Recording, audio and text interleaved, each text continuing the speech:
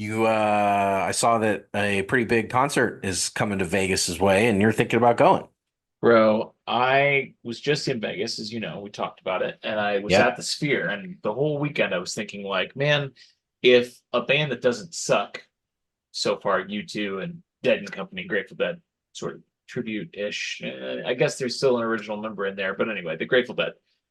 Those have been the two artists in residency, and there was no, there was no act booked to follow those. And I don't care for either of those groups. In fact, I actively hate U2. It's baffling to me that anybody likes U2. I really don't understand how U2 ever got popular. And in fact, when I went to see the Eagles for the first time in 2002, I remember reading the review of the concert in the Kansas City Star, and it said that the Eagles are not a mega rock band like The Who, great band, one of my favorites, probably my second favorite band ever, or tied for first, or U2. And I was like, what the fuck, U2? Did you just say that the Eagles aren't a mega rock band like U2? Well, suck it, Kansas City Star's concert review writer from 2002, because guess who's playing in the Sphere 2 weeks before the Chiefs are in Las Vegas? The Eagles.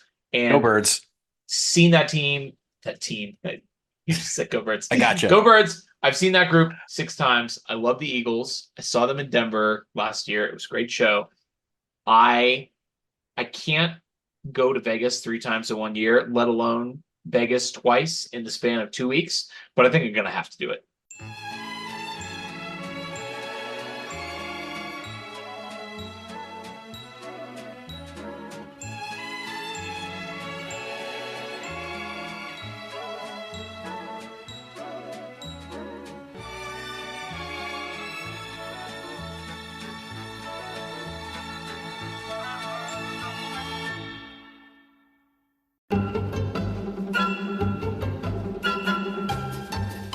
Welcome in to It's Always Sunny in Chiefs Kingdom. I'm Austin. Find me on Twitter at RealBirdLawyer. Here with me, as always, my co-host Taylor at Taylor_Witt on Twitter. It is ring night. What is going on, buddy? Yeah, just thinking about rings and jewelry and three-peating and all the awesomeness that comes with being a Kansas City Chiefs fan. It's a great night. Boys looking fly, getting their rings. We will talk about that in the news. But first, we are brought to you by Fansided. And Taylor, you got a little bit of an update for our listeners. Yeah, it was brought to our attention that these auto ads that we've been inserting into our episode when we joined on with Fansided, they had an option to kind of pick and choose which groups of ads and types of ads and stuff to be inserted into the show, and I didn't see that paperwork. And so we, for the last couple weeks, have just been getting kind of some random ads and we got some tweets but being like, I mean, guys, we're still listening to the show, but like, what is going on with some of these ads? So I talked to Fansided, filled out a little form, got everything up to snuff. So I hope starting this week, anyone who's been a little thrown off by those kind of random sounding ads, maybe these will be a little bit better for you. Yeah, just so we're clear, we do not endorse these products personally. We do We benefit don't even know financially they're from what they are. their endorsement, right? And so, especially if they get really bad, like if we're out here taking money from like North Korea or something like that, Kim Jong Un is running ads on our program. Please let us know because we don't want to promote that kind of material. What we do want to promote is this podcast, which is going to be great. We have 2 items on the agenda. We've got news. It's ring night. We're going to talk about that. And we've got the Next Great American Dynasty, our ongoing offseason project where we are going through and recapping and re-exploring and just re-enjoying, frankly, every playoff game of the Patrick Mahomes era. Unfortunately, this week is going to be a little bit less fun because we are confronting the last playoff loss of the Patrick Mahomes era. Now, that last playoff loss Yeah. was now 26 months ago, if my math is correct, or No, 27 months 28. ago, Oh 28 wait. months ago, 27. Yeah, 28 by Yeah, now. We're in or we're in 28. June, buddy. Yeah, you're right. So No, you're right. it's moving quick. It is moving quick, sometimes a little bit too fast, but the fact is, the Chiefs have not lost a playoff game in 28 months, which is a good situation to be in. We are going to have to confront this. We're going to have to get through it, but bear with us. It will be fun. We will try and add a little bit of a sunny spin to this. But first, let's get into It's ring night. Let's talk about the rings. I want to talk about the rings with you. We have to talk about the rings. Can we please talk about the rings? please. 329 diamonds, 38 rubies. It's got Tom and Jerry in there. It's in the shape of Arrowhead. It's got 4 damn Lombardi trophies on there. It is awesome. And let me tell you, the Lombardi trophies, like every time, like I get intellectually that the Chiefs now have 4 Super Bowl trophies and 4 Super Bowl championships, and that they, in the last 2 years, have leapfrogged their division rivals, the Raiders and the Broncos, now have more championships than those teams do. That they put themselves in the top 10 all time for, franchise championships, all in the span of a couple of years. But man, seeing those 4 Lombardi trophies on this Super Bowl ring, it's got me going.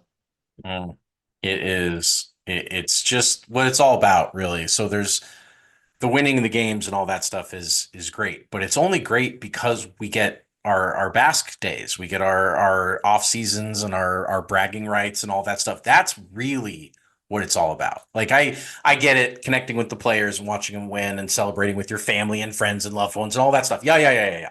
But for us, for the people that are really that know ball, that are into talking about sports and how much our team is better than your team, it's all about ring night. It's all about championships. It's all about count them rings. And this one, just like the last ones, is freaking amazing. I love that it's got back to back on there. I love just everything about it. I'm on top of the world right now.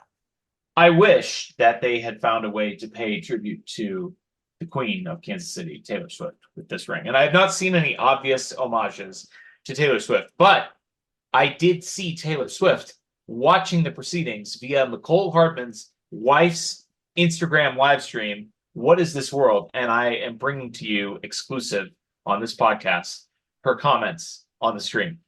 First, she commented 3, heart eye emojis. Yes, in all caps with 7 S's. Congratulations in all caps. Ah, in all caps. She writes, joining the party from Liverpool. Let's go with a little British flag. She is obviously in the middle of the Eras tour. She is performing in the UK tonight, tomorrow, and she writes in all caps. And we get another year of McCole crown emoji. Then she took the all caps off, said, "Gotta go to sleep. It's so late here. I love you guys. Heart, heart, heart." Awesome. I mean, just an incredibly surreal thing still for us to experience, even after all these months that we've been enjoying the world's foremost celebrity and entertainer being a fan of our team and dating one of our players. I mean, imagine being McCole Hardman and McCole Hardman's wife.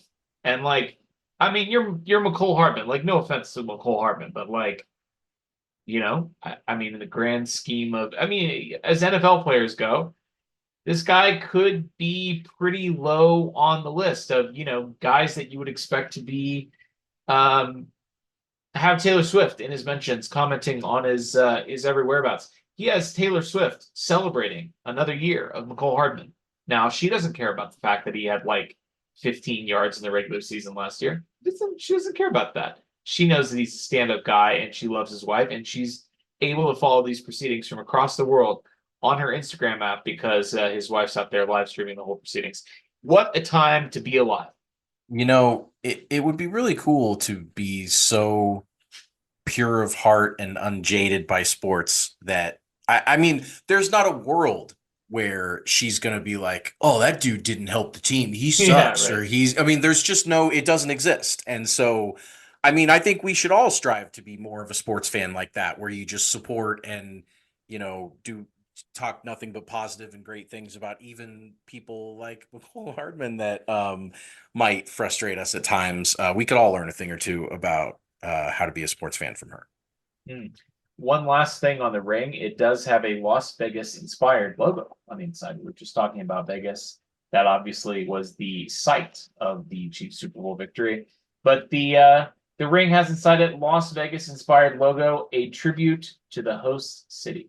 Literally, we got a Super Bowl ring with the Raiders' home city in it before they ever played a playoff game in the stadium that they have in that city. It is a wild, wild time to be a Chiefs fan. Travis Kelce, Mr. Taylor Swift, is enjoying the ride. He was asked about his plans to retire. Chris Jones riffed on this. He said Travis was, old as shit and, he could understand it for a guy like Travis. He has no plans to retire either. Hasn't even thought about it. Travis says that he will play, quote, until the wheels fall off. He obviously signed a contract extension that gave him a little salary bump this year, but it's still great to see that. And obviously, what he says publicly doesn't mean a whole lot. He's always kind of been a man of his word, and I don't, think that he would deliberately mislead us, but you never know what the future holds. Still, it is nice to see that he is enjoying himself at the ripe old age, 35 years young he is this season, and he's back for back to back to back.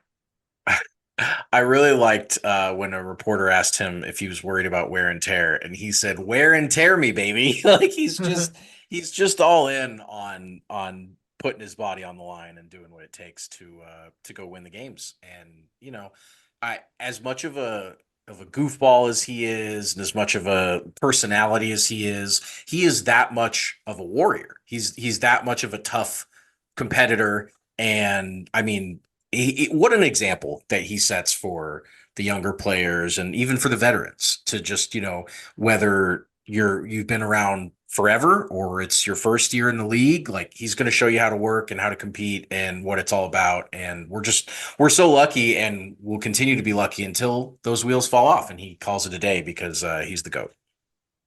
Speaking of goats, we're still talking about Patrick Mahomes, but Tom Brady had his number retired by the Patriots. He went back to a ceremony. They got the stadium, dusted off in the middle of the summer to invite Tom Brady in to retire his number. Number 12 will no longer be used by the New England Patriots organization. Why are we talking about it on a Chiefs podcast in Chiefs land? Why are we talking about Tom Brady? Under the news. This isn't even a what is happening. This is under the news segment. I'll tell you why, Taylor. It's because Patrick Mahomes recorded a very classy congratulatory message for Tom Brady, which was played on the Jumbotron at Foxborough to massive boos. I mean, the biggest boos of the night reserved for our quarterback, Patrick Mahomes. Louder, more sustained booing than Eli Manning, who quite literally defeated Tom Brady twice in the Super Bowl, went undefeated against him in the Super Bowl. Now, I got to ask, why do you suppose the New England Patriots fan base would direct such hatred and animosity towards a quarterback that Tom Brady beat in the Super Bowl? He's 1-0. He's 2-0 against Mahomes in the playoffs. He never lost to him in a playoff game. Oh, he never lost any kind of an important game to Patrick Mahomes. Why would the Patriots fans why would they have so much vitriol towards Patrick Mahomes? What's going on here?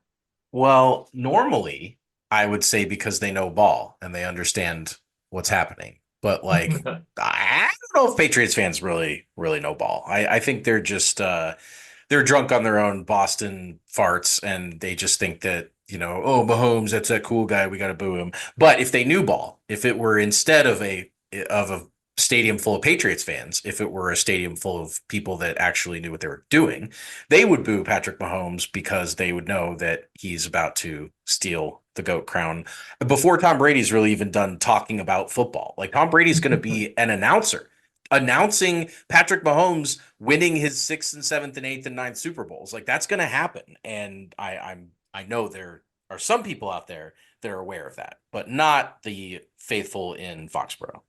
I mean, literally, Tom Brady's calling a Super Bowl this year. Like, yeah, like if Mahomes wins the Super Bowl and three-peats, the conversation starts in the first Super Bowl that Tom Brady is calling as an announcer 2 years after he retired. I mean, especially if he goes 20-0. Yeah. I mean, the conversation at that point would frankly be over. I mean, yes, he has a perfect correct. season and then wins his 3rd consecutive Super Bowl. Correct. Ooh, Tom, that would be tough for you.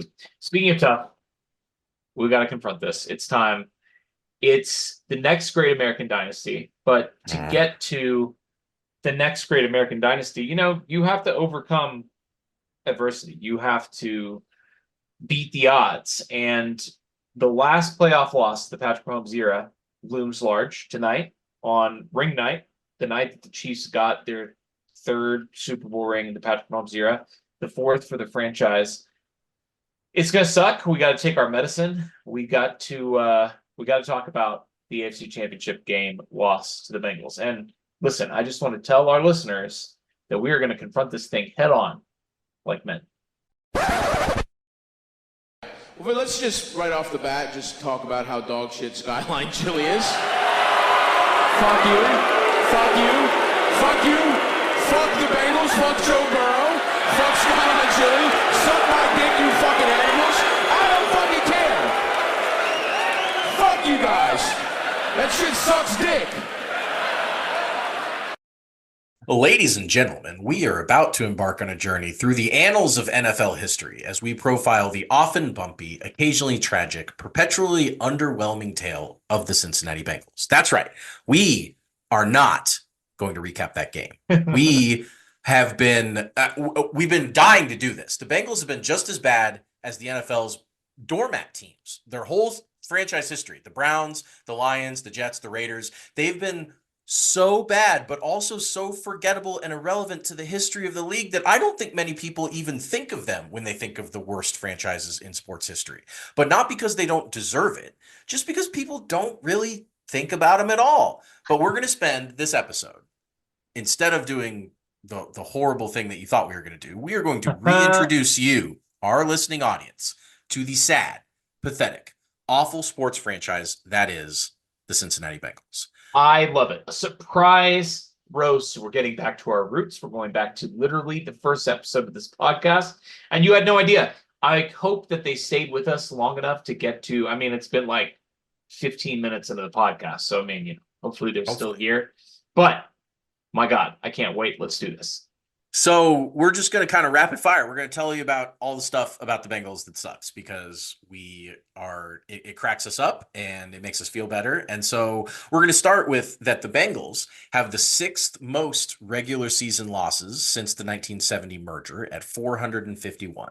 Among the 26 teams that have been in the league since 1970, their 10 playoff wins are 4th fewest. They lose a bunch. They don't win playoff games. They have fewer playoff wins than Tampa Bay and Seattle. Tampa Bay had 12. Seattle has 17. Both of those teams entered the league 6 years later in 1976. And remarkably, they also have fewer playoff wins than their division rival Baltimore Ravens, who have amassed 17 playoff wins compared to the Bengals' 10 since entering the league in 1996, 26 years after 1970 merger. Unbelievable.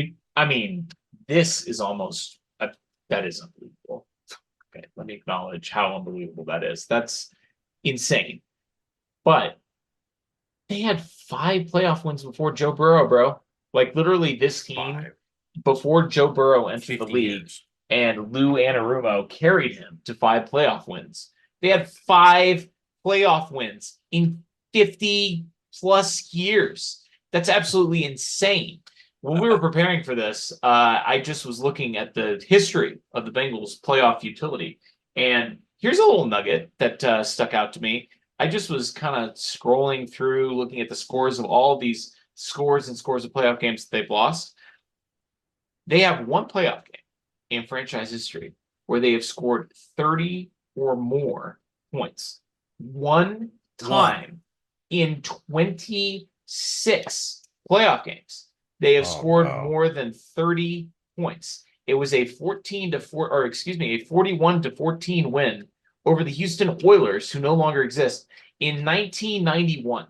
Okay, so maybe you're thinking, well, that's maybe not that weird. Like, there's a lot of teams in the NFL that aren't very good, that don't go to the playoffs very often, that simply, there are other teams that could approach this record of futility, right?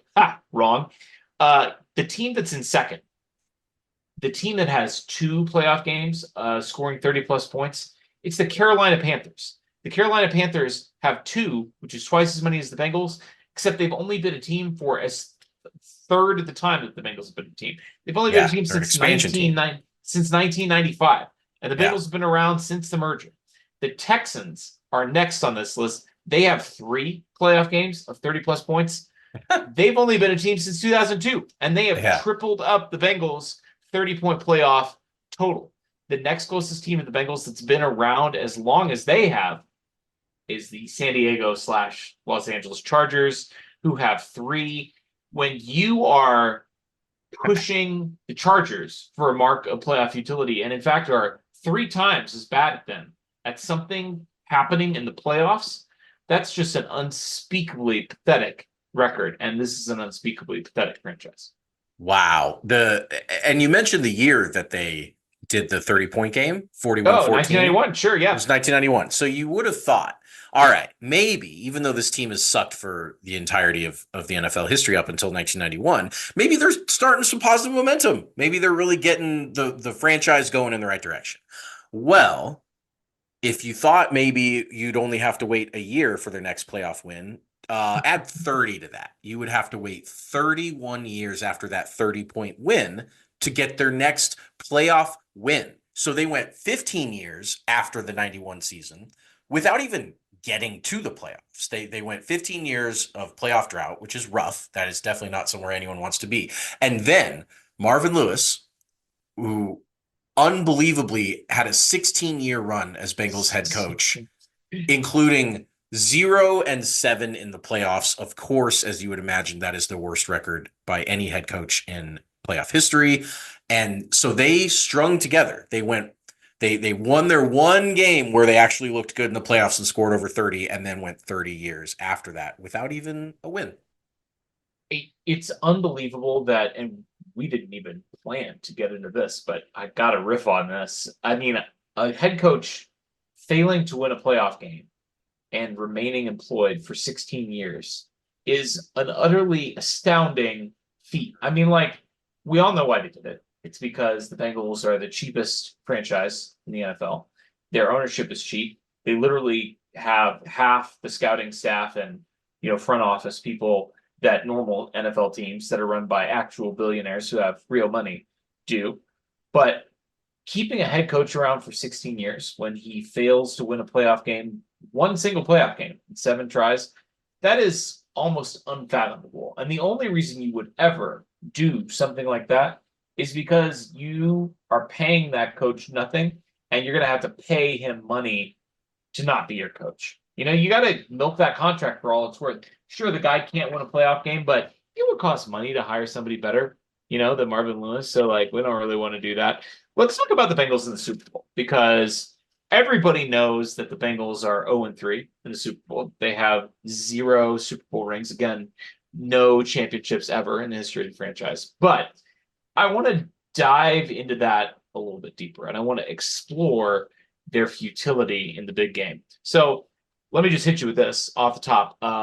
Only teams with more Super Bowl appearances without winning a Super Bowl are, of course, the Vikings, who are 0-4, and the Bills, who are 0-4 with 4 consecutive Super Bowl losses. Now, the Vikings, we'll put them aside, the NFC team, but it is incredibly funny to me that 2 teams that would later form an alliance against the Kansas City Chiefs are combined 0-7 in the Super Bowl in their franchise history. And the Chiefs, of course, they're 3-1 in the Super Bowl over the last 5 years. Pretty good. And, maybe if you're going to make an alliance, Bills fans, maybe don't ally with a franchise that has never won the Super Bowl, right? That's 0-3 in the Super Bowl in their history. Let me hit you with a couple of Super Bowl stats here, Taylor, because I did dive into each of these Super Bowl losses a little bit. They've lost each of their Super Bowls by 1 score. So 23-20 against the Rams, they had the ball last. They're driving. 2016 to the Niners in 1989. I'll get to that in a minute. 26-21 to the Niners in 1982. That's 3 Super Bowl losses, all by 1 score. Is this the least clutch team of all time? Some people are saying. Some people are saying, can't imagine losing even a single Super Bowl to the Niners, to be honest with you. But, some people just don't have it. Now, let's talk about those Super Bowl losses to the Niners, because, of course, we wouldn't know what that looks like. But I'm going to paint a picture for you with words of what a Super Bowl loss to the Niners does look like. Now, listen, this was a beefy super team in the 80s, the 1980s 49ers, one of the great dynasties in NFL history. And people are saying, the late teens, early 20s Niners of this era are, a juggernaut, a superstar team. Fortunately for them, they ran into an actual dynasty, the Kansas City Chiefs, and they're 0-2 in the Super Bowl in their last couple of appearances. But let's circle back to 1982. The Bengals are down 6 with 6 minutes to go in this game. The defense can't hold. They give up a field goal. They're down 23-14. That is, of course, a 9-point deficit. And, the 2-point conversion wouldn't make an appearance until 1994. That gives you even fewer options. But you've still got 6 minutes to go. You need to get a score on the ensuing drive to make this a game. Put a little pressure on there, put a little pressure on the board. Let's not forget the Chiefs themselves, of course, were down 2 scores with a little over, a little bit more time on the clock, but Not much. they pulled it off in 2019 against the 49ers. Could the Bengals do it in 1982? Of course not, because on the first play of the ensuing drive, Ken Anderson gets picked trying to hit Chris Collinsworth, essentially ending the game. They would, however, go on to score a touchdown with 20 seconds left in this game in total garbage time to make this game look closer than it actually was. All right, so maybe this isn't the least clutch team of all time because, let's face it, they actually blew this game with like 6 minutes to go and not with, a minute left to go. Fair. They crumbled before you even got into true crunch time in this game. But in 1989, facing again Joe Montana and the San Francisco 49ers, the Bengals actually had a 3-point lead on this vaunted 49ers team with just 3 minutes and 44 seconds to go. Could they hold that magnificent 3-point lead? Of course they couldn't, because this is the most poverty franchise of all poverty franchises. The Cincinnati Bengals give up a 3-minute, 10-second TD drive to Joe Montana, ending in a touchdown grab by John Taylor. Did I say that there was 3 minutes and 44 seconds left on the clock? Yep. What do you not want to be doing? You don't want to be giving up a 3-minute, 10-second scoring drive to put you down 4 with 34 seconds to go. But listen, we've seen the Chiefs overcome longer odds in shorter amounts of time. Correct. We know Patrick Mahomes can do it, but could Boomer Esiason do it? Certainly. Did you know a 2018 study showed half of prenatal vitamins tested had unacceptable levels of heavy metals? I'm Kat, mother of 3 and founder of Ritual. When I was 4 months pregnant, I couldn't find a prenatal I could trust, so I created my own. Ours is made traceable, third-party tested for heavy metals, and recently earned the Purity Award from the Clean Label Project. But don't just take my word for it. Get 25% off at ritual.com/podcast. 34 seconds left. Needed 4 points to tie the game. You can't score 4 points. You needed a touchdown to win this one. And Boomer Esiason completed a 5-yard pass. This is 1989, so I was not able to pull the footage from this game. But I can tell you, when you have 34 seconds left, you should never be throwing a 5-yard pass. You should not be completing a 5-yard pass when you need a touchdown and you have 34 seconds left on the clock. I don't care what the game situation was. That is not a winning play. Then he took a sack, of course. Even worse. Definitely not a winning play. And then it went incompletion, trying to hit Chris Collinsworth on both of those plays. The Bengals lose by 4 points to the Niners again. And then, of course, just a couple of years ago, let's not forget that after this game that we're not talking about, the Bengals had a chance to win their first Super Bowl. And they went on to face the St. Louis Rams. Gosh, that's a blast from the past. The Los Angeles Rams, of course, taking them on in the Super Bowl. And, man, the Bengals had a chance to win this game. They had a chance to shut the Rams down, to stop them short of the end zone, to carry this one home with a win. But what happened? Eli Apple holding in the end zone, giving the Rams a second lease on life, letting them score the go-ahead touchdown, and then with a chance to drive down and end the game. We all know what happened. Aaron Donald happened. Joe Burrow went down, and the Bengals lose that game by 3 points. I don't want to get too deep into that game because I know you have some statistics on Joe Burrow, clutch playoff performer, later on that I want to get into. But let's move on. What you got? I do, and I'm very excited to talk about a lot of what we have planned today, including just the trio of statistical leaders on offense for the franchise. You mentioned Ken Anderson earlier for passing, Corey Dillon for rushing, and Chad Johnson for receiving. Guys, that is rough. Like, Oh my God. I don't know how deep we would have to go to find a trio that's least qualified to lead a franchise in statistical categories as that trio, but that is really bad. But that's what happens when you're really bad. You have really bad stats and really bad everything. The Bengals have a 462 regular season win percentage, which actually ranks 23rd out of the 32 franchises, but I don't know about you, but in a sport where being bad is actually rewarded with high draft picks and with a chance to improve your team better, it actually feels like 23rd is like the worst possible spot you could be in. You're not Yeah, bad enough to change definitely. things. You're not bad enough to make a franchise altering draft selection most of the time. You're always so bad that your fans hate you, but you're never bad enough to matter. You never amount to anything. They're brutal, man. I want to play a game called Patrick Mahomes versus Bengals franchise leaders. But first, I actually missed my last nugget on the Bengals in the Super Bowl. And I have to get to it because it's very good.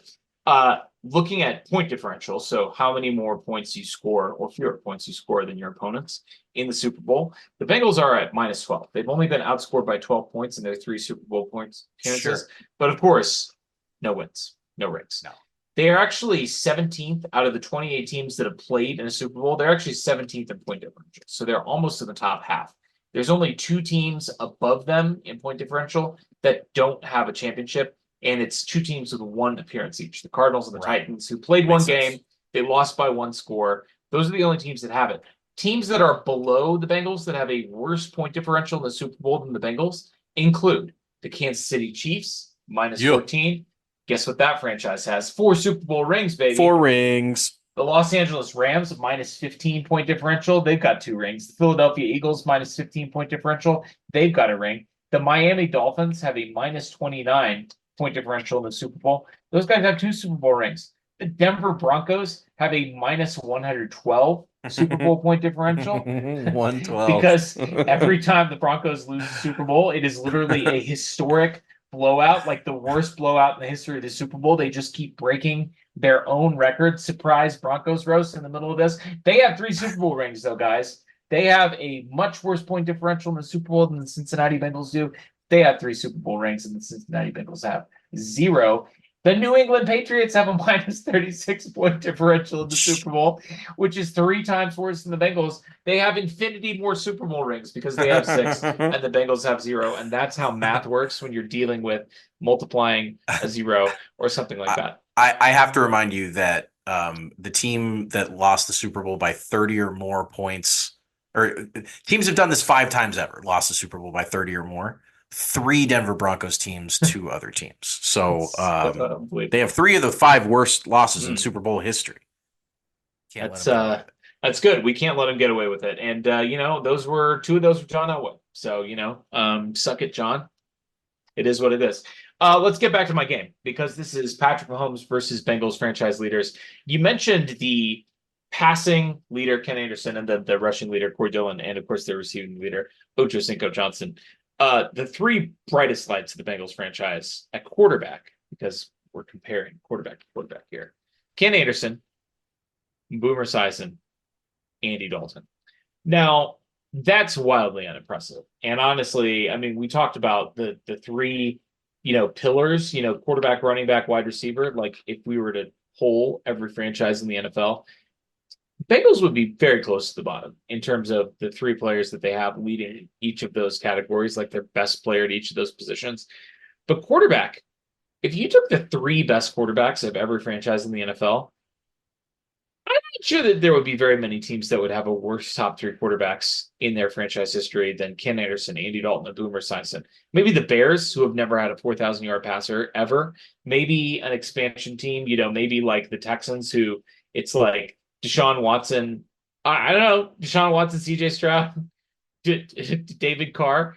But, I mean, listen, Patrick Mahomes versus Ken Anderson, Andy Dalton, Boomer Esiason. He's played 96 games. So you have to bear in mind that Ken Anderson played 192, Andy Dalton played 133, and Boomer played 134. So we're looking at anywhere from like 35-ish more games to, in Ken Anderson's case, literally double the number of games played for Ken Anderson. Let's start with passing yards because, as you mentioned, Ken Anderson, Bengals franchise passing yard leader. 32,838 passing yards for Ken Anderson. Patrick Mahomes, half as many games, 28,424 passing yards. So, I mean, he's going to pass him this year. He literally could pass him this year and probably will. All right, let's do touchdowns. Now, again, we've got the three-headed Joker it's like the three-headed dragon, but all the dragons are the stupid, goofy dragon that looks like he's That's got great. an IQ of about 45. That's the Bengals' top three quarterbacks: Ken, Andy, Boomer. Literally, okay, Boomer.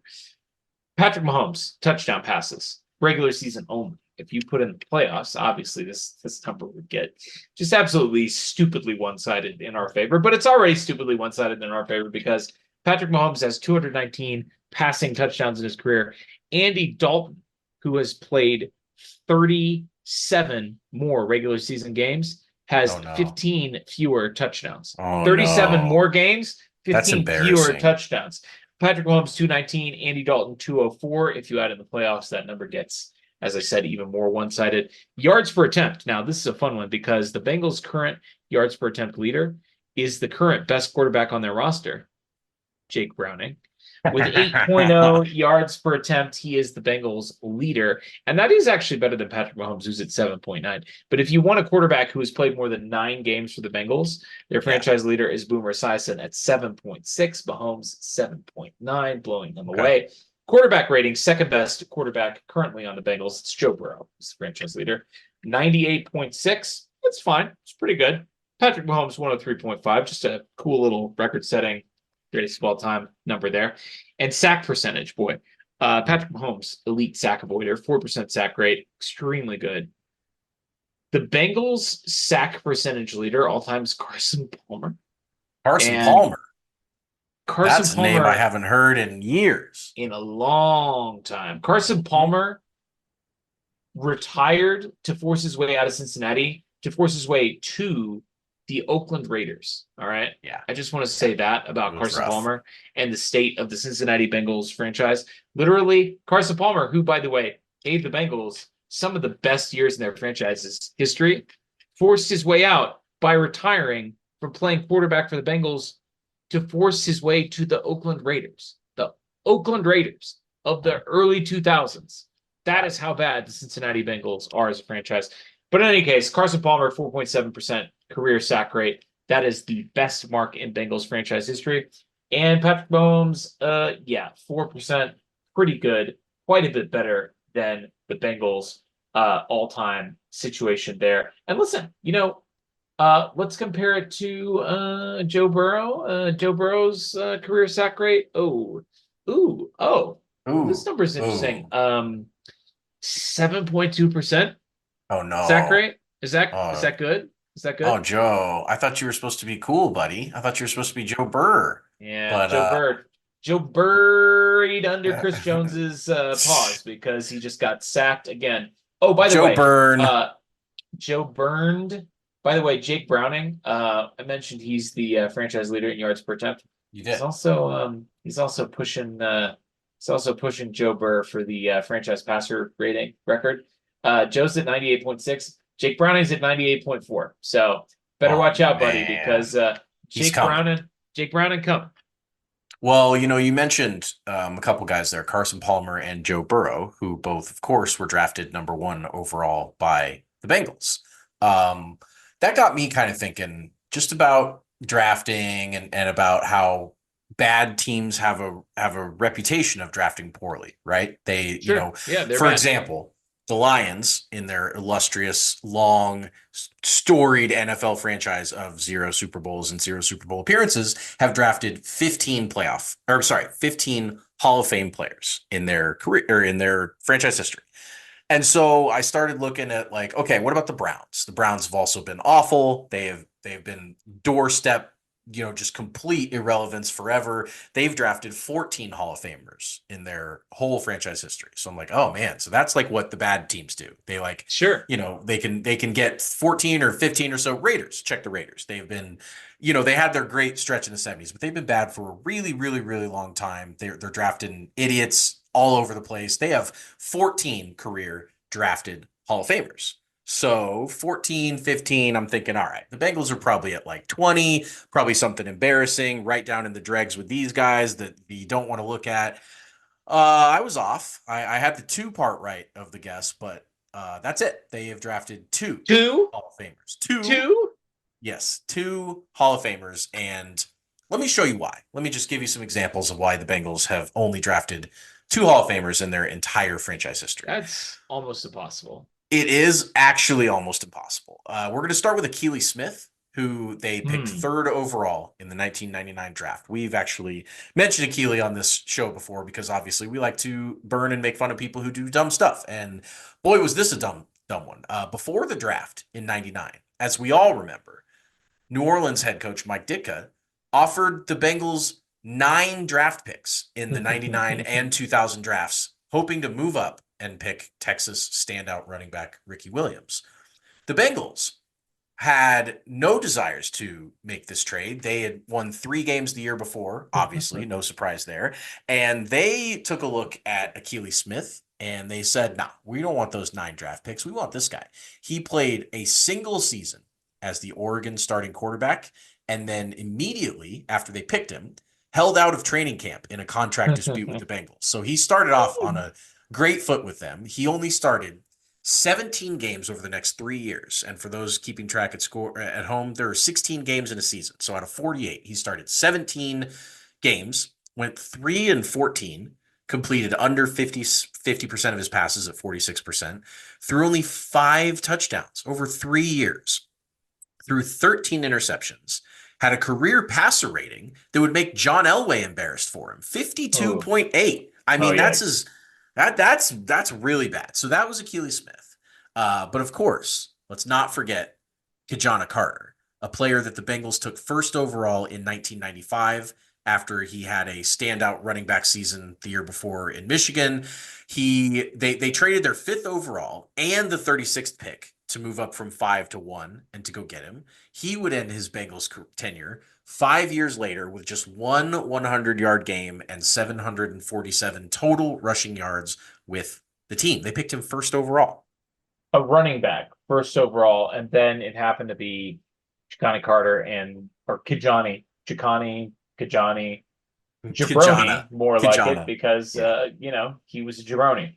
I can't believe that they drafted a running back 1st overall. I just want to, I mean, teams used to do this, right? But this has to be the worst 1st overall pick on running back ever. I mean, like, extremely bad.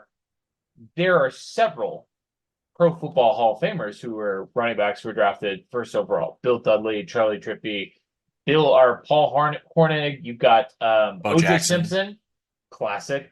Earl Campbell, of course, Bo Jackson, not in the Hall of Fame, but a great player who was drafted number 1 overall. Billy Sims, not a Hall of Famer, but a very good player.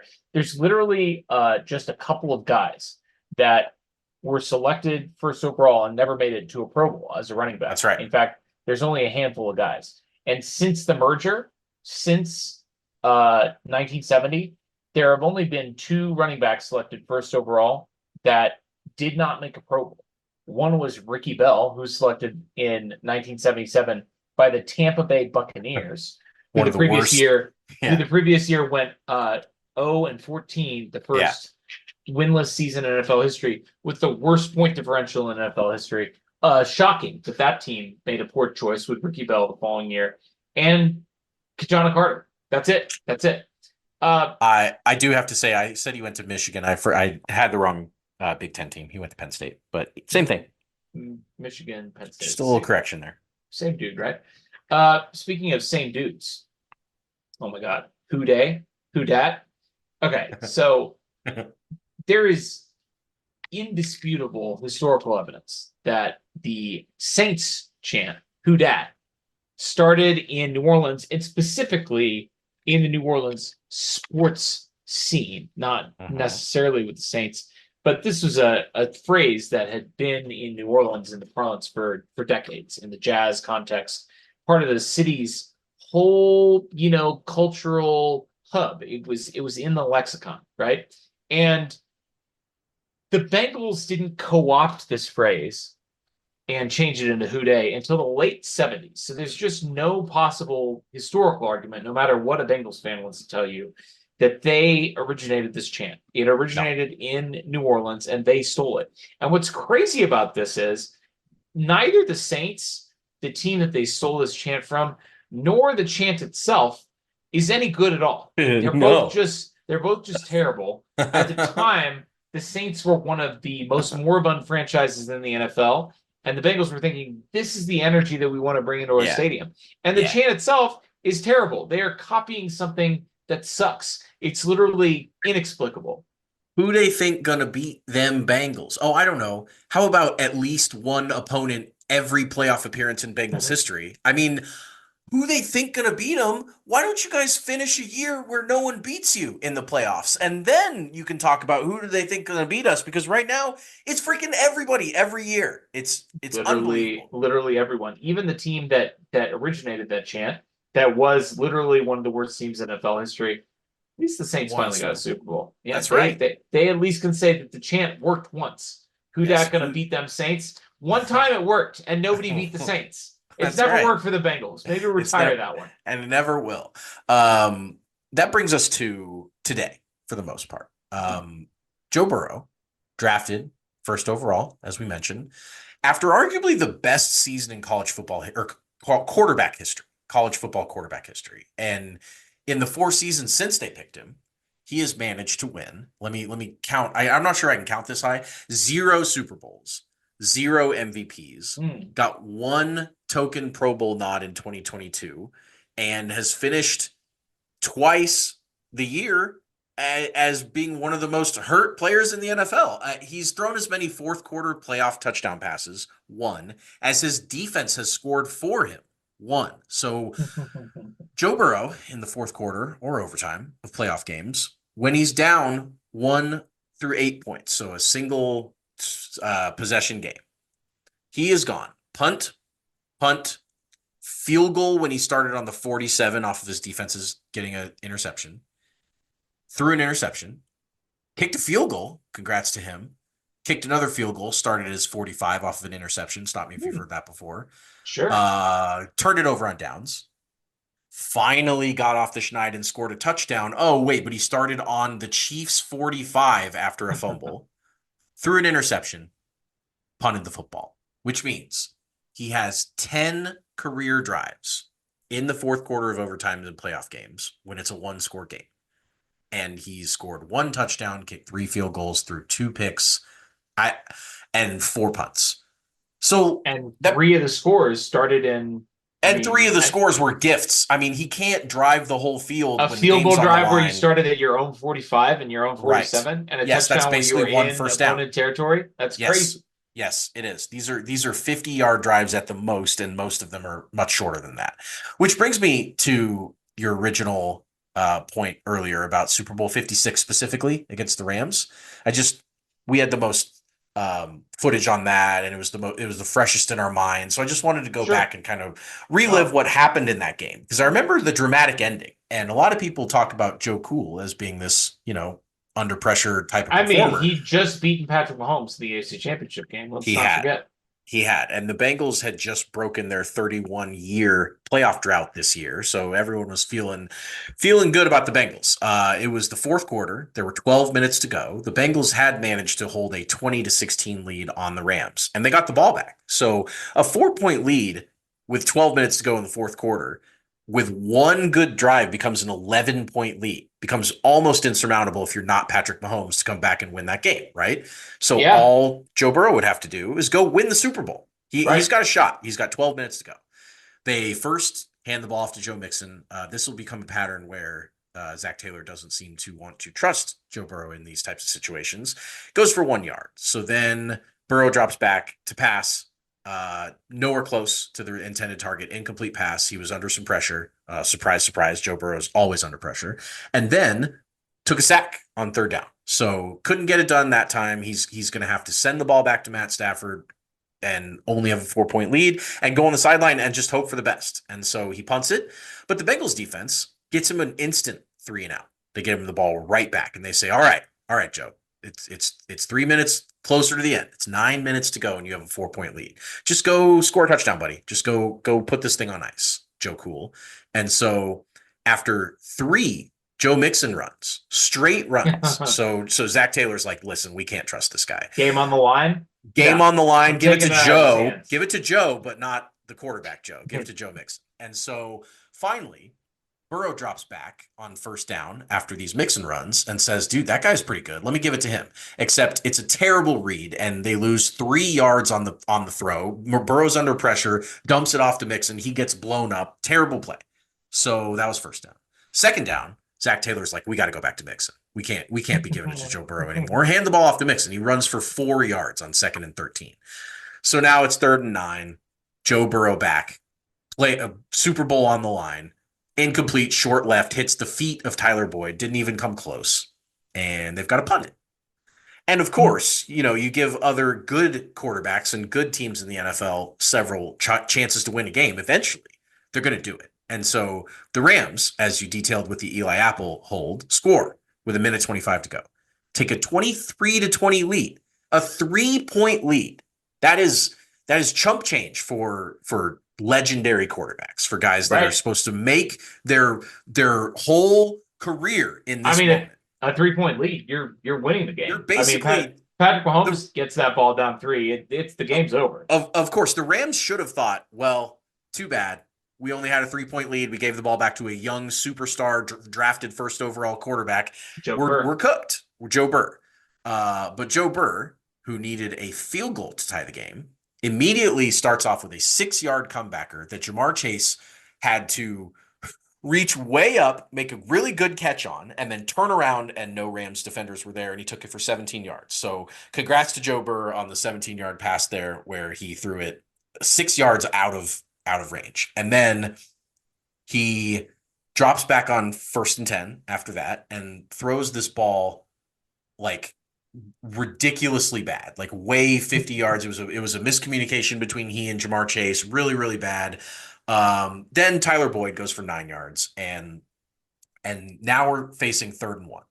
And Zach Taylor, once again, Super Bowl on the line, down 3. 3rd and 1, he's going, God, what do I do?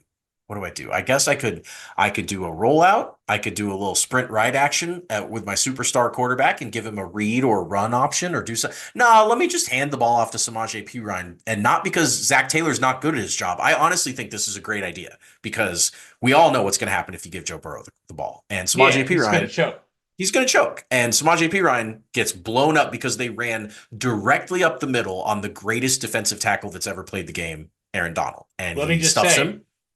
Just before you get to this final play, I mean, listen, Zach Taylor is cooking with Jake Browning. He is the 2nd highest quarterback rating in the history of the Bengals franchise, and the highest yards per attempt in the Bengals franchise history. So, I mean, the problem is not Zach Taylor, right?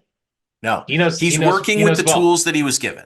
And in this case, he was given a quarterback that chokes under pressure. Yeah, he didn't have Jake Browning. He wished he had Jake Browning, and he actually made the correction and went and got Jake Browning after this because he was tired of giving this ball to Joe Burrow. So 4th and 1, it's got to happen. Game on the line. You lose this play, you lose the Super Bowl. Now, I've seen a player on 4th and 1 in the Super Bowl where if you don't pick up the game or the play, you lose the Super Bowl. I've seen that happen before. Patrick Mahomes ran for a 1st down. In this case, Joe Burrow, game on the line, immediate pressure by the Rams defensive line. And instead of being able to escape that pressure or do anything productive or whatever, he basically gets spun 3/4 around by Aaron Donald and throws the ball helplessly at Samaje Perine, but certainly not close to catching it. Loses the biggest game of his life after he had this reputation of being this cool customer, this guy that you trust in the big moments. He's great actually at taking a sack, which is something that he almost did in that final play. Since he was drafted in 2020, Joe Burrow is only 10th in games played at quarterback, but he is all the way up at 2nd in sacks taken with 177 since 2020. And he's missed significant time with injuries. He trails only Russell Wilson's 185 sacks, and Russell Wilson can't even read a defense. Fuck the Bengals, fuck Joe Burrow, fuck Skyline Chili.